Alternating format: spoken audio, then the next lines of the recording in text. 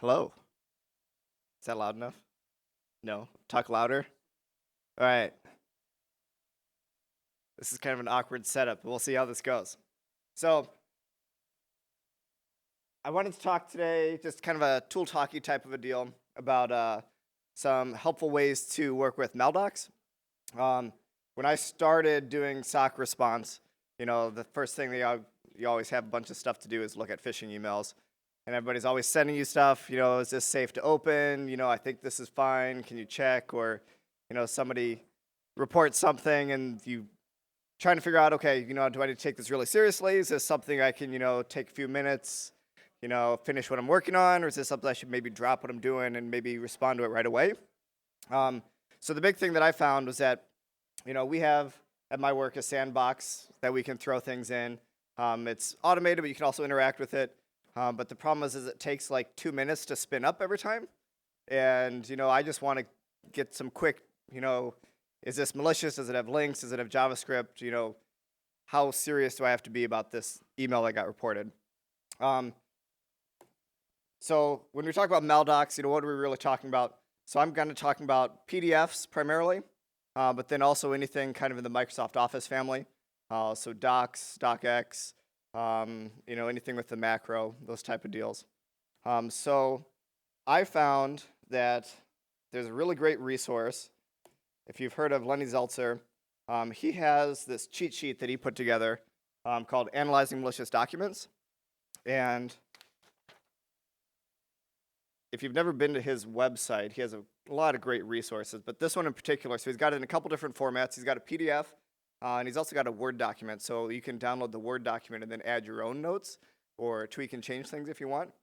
And then the tools that I'm going to be showing here today, he has links on his website to where to go and download them, so I can just point you there to get them.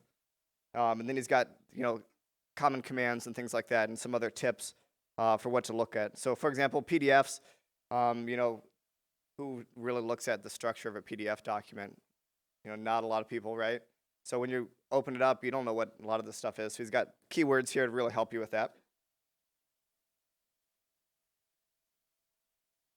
So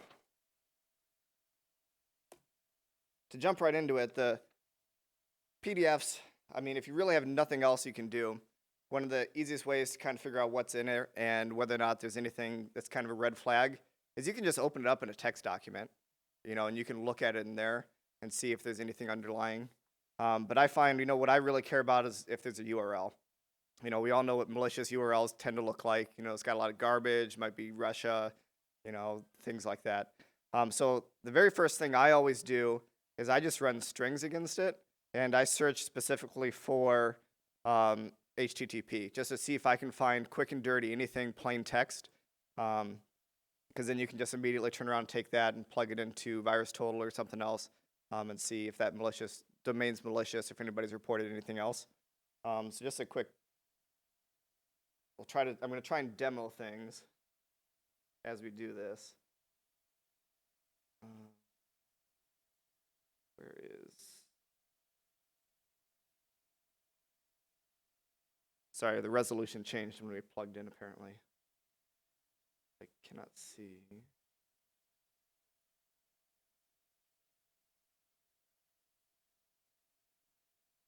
There we go. Okay.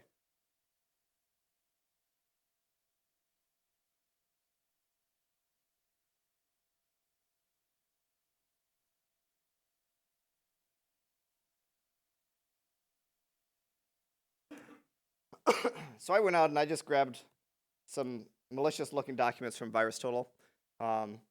So we'll just take, for example, one of these. So I don't know, does anybody have a preference? Anyone they want to see? You want to see document? You want to see PDF? PDF? Okay.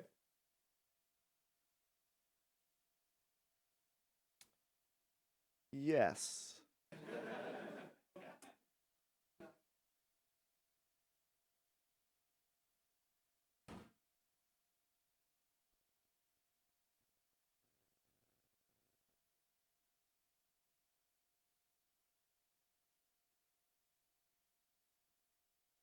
Thank you, Microsoft.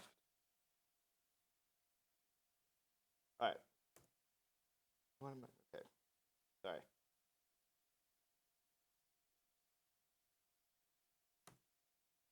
All right, so there's my documents, which you couldn't see.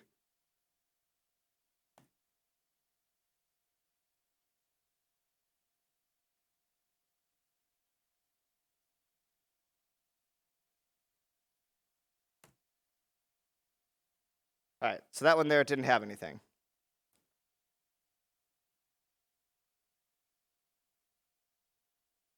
And you'll see why in a bit.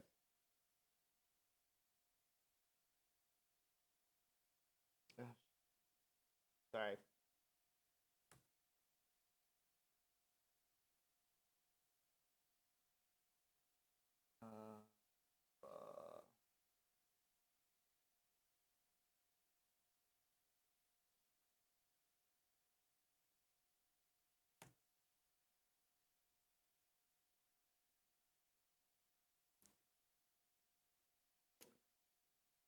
Sorry, thought I deleted that. Okay, there we go. Okay, perfect. So right there in the PDF, it found a couple different URLs. The first ones, nobody cares about. That's just part of the syntax.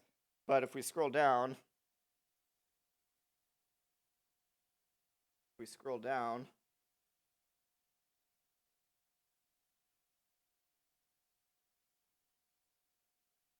we've got this one here, privacy.trustee.com,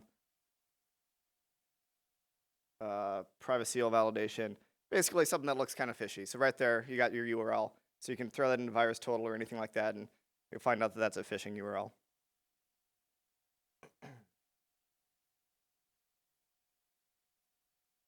So that's the first thing I always do. So second thing, we're just going to leave it in this way because then you can see it. So there's a couple different tools. PDFid.py, it's a really great one. It just does some quick and dirty PDF analysis for you. Kind of enumerates the objects that are inside of it. And then there's ppdf.py, which gives you a little more information. And then PDF parser, which is kind of similar to what pdf.py can do. So these commands here, I run these every time I have a PDF. I default to write to these to see what they can show me.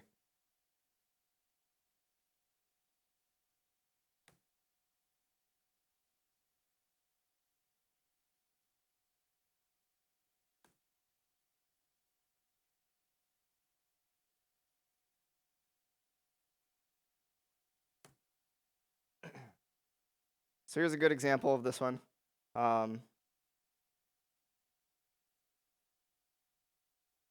So it enumerates the objects here. So just right off the bat, you're kind of looking.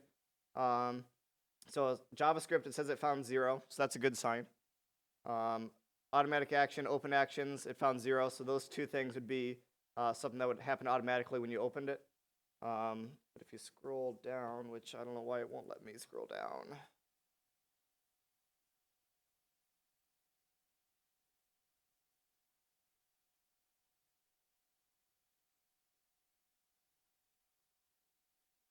All right. So it didn't find anything else interesting really there.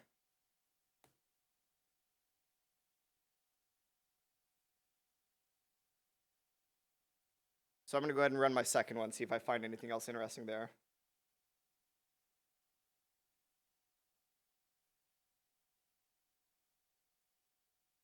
Sorry, this is really awkward.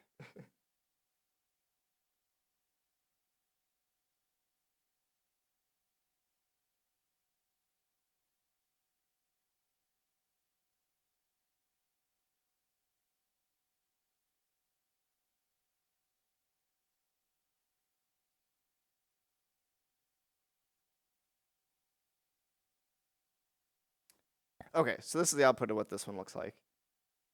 So a couple things. One, it calculates the SHA for you.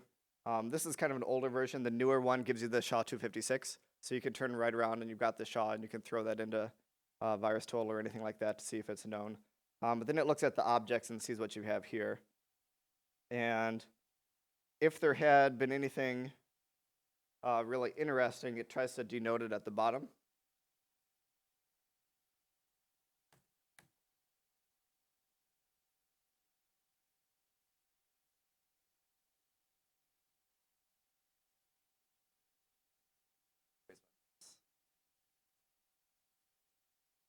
So we'll go ahead and run the other one just to see what it looks like on this one.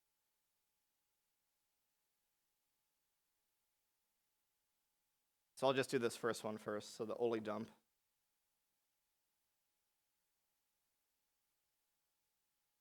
I was going to try and copy it, but it's not cooperating, so I'll just type it.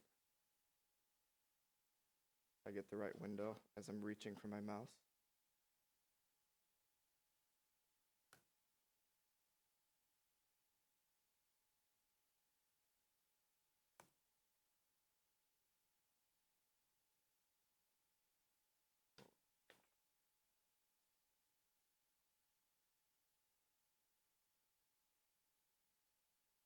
See if I can remember how to spell heuristics.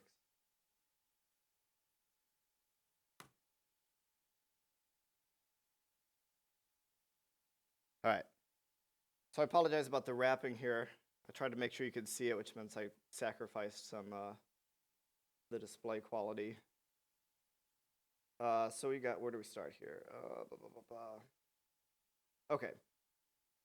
So it tries to tell you where it found interesting stuff and what line of the code it was in.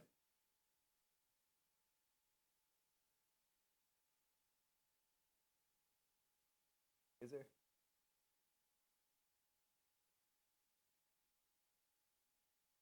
Oh, yeah.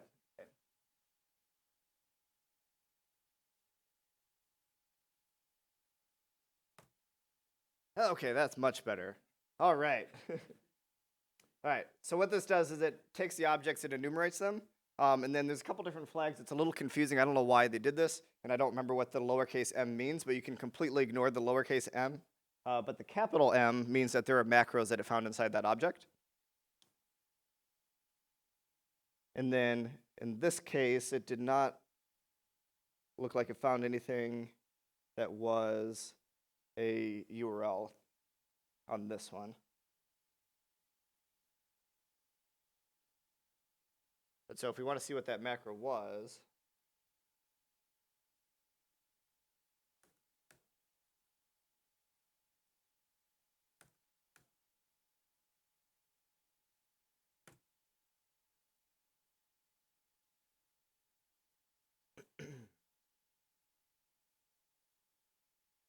so it dumps out here, or at least tries to, it does its best to dump out what the macros are. So here we got wscript shell. It's doing something with notepad.execute, obviously stuff that looks kind of fishy. And then we get down here, and this is one of the best parts about this one in particular, is it tries to help you out with some things. So it flags auto execute, which basically executes it automatically. It's found some shell code. It's got some flags the wscript.shell. Found some suspicious hex encoding. And then it's got some IOCs here that it tries to pin onto the bottom. We'll do another one real fast.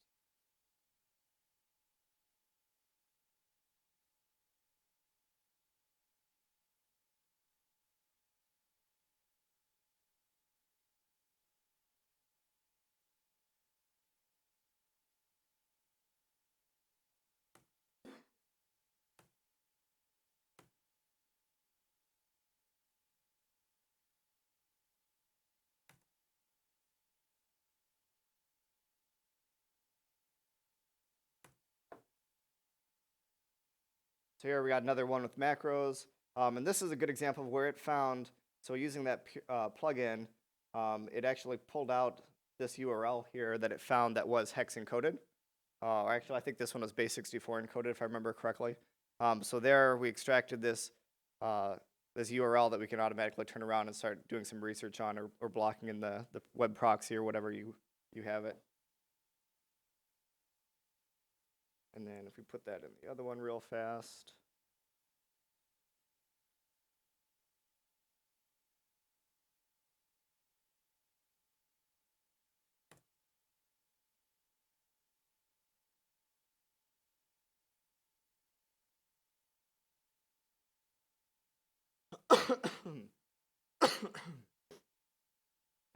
Yeah, so this is about the start of the output. So here we have more macro code.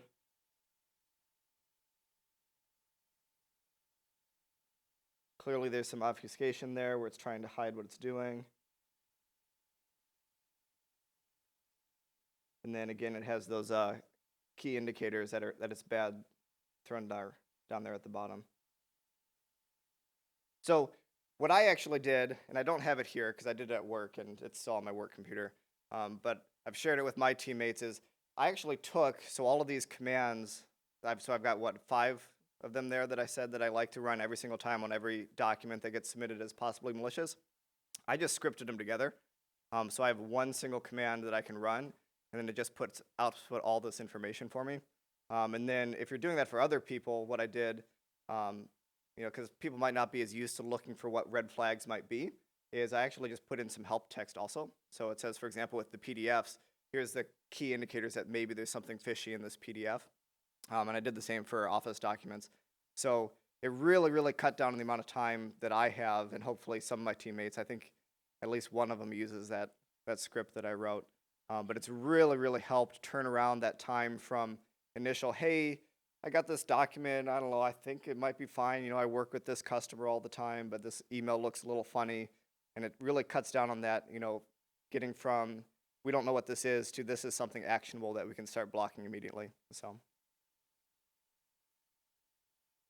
So the code that I wrote is not, because technically I wrote it on work time, and I think technically that means the company owns it, all that stuff. I'm working on rewriting it on my own time and making it a little better and more portable. Haven't finished it yet. I was trying really hard to have it done for today, but I didn't quite get there. But like I said, all of these commands and everything that I was doing here, the links to all of those are on that blog that Lenny Zeltzer did with that cheat sheet. Any other questions or anything?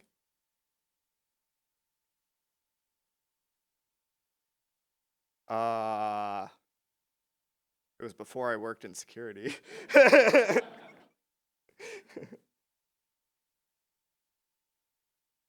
But yeah, this has been, for me at least, I don't know about other people that have used these same scripts, but it's been invaluable to me just in terms of, do I really need to take this one seriously, or is it more than likely this one's probably fine, maybe finish what you're doing. Because, a lot of times it's hard to tell. Sometimes it's just marketing stuff. I saw one the other day where it was the fishiest looking email ever, and it was just a PDF about snow removal, so. Cool. Well, if you have other questions later, just let me know.